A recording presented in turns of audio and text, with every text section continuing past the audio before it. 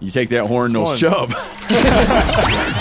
hook him through the lips and throw him up on my mom's raft on a bobber. Deadly. And slay. So I'll show you how I would go about it, and then we'll then I want to see you guys take all that fancy shit and catch a bunch of bass. That'd be cool. Dude, we would have a riot. Yeah. You'll be addicted to like live technology. Yeah.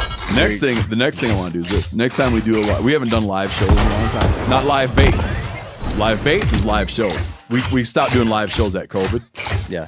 I haven't even told Yanni about this, but I'm flirting with a live show very close by. The in-state live show at a theater. I want to have where we come and do a thing where I want to have people out in the audience have a big galvanized tub, okay, and start in whatever row, and someone holds the galvanized tub, and you got to land it, and it'll make a loud noise. Bang! And we'll put a microphone up against the tub, and then they're gonna pass it back a row. Bang! And see how far Who gets to do the casting? Oh, okay. We'll have these guys just how far up the road. Pretty soon we're in row 30. Faster! Let's get out of here. Or you get some guy like that. Dude, that'd be a riot. You're gonna have to get a lot of waves and stuff like that. Well, I've been laying in bed at night thinking about this. I think we find something that casts good, but it's soft. Yeah. Soft rubber sort of ball. But it's gonna have to have a lot of salt in it, so it's heavy.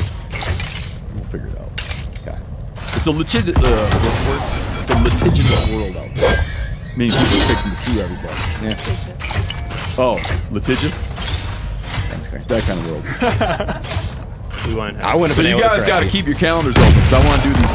Fish my mom's lake. It's that time of year.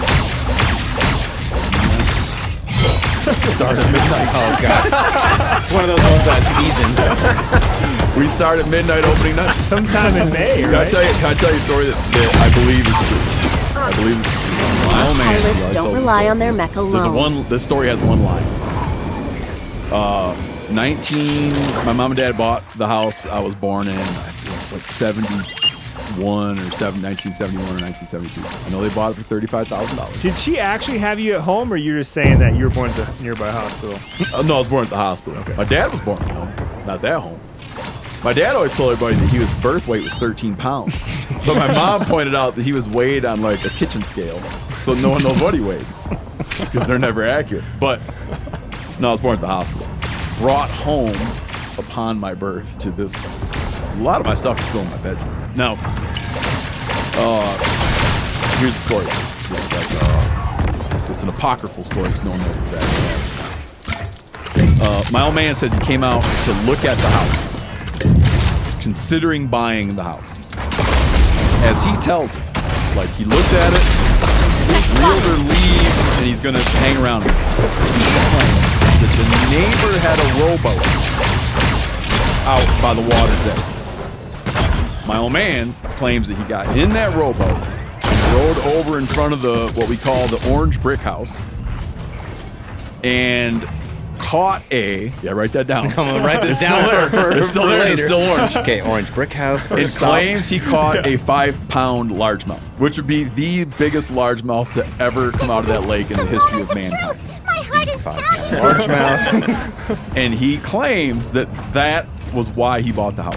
Did he have fishing tackle in Yes, the car? he did. I with believe. him? Yes, I believe every part of it except I think he weighed the bass on the same scale That he was weighed on? He was weighed on. Which starts at like 3 pounds. So we need to figure out like what that ratio was that it was off. Yeah, like we're like it's probably a 3-pound bass. He was probably a 9-pound baby. Is it good bass fishing, like bunch of 2-3 pounders? Yeah. Or, yeah, that's cool.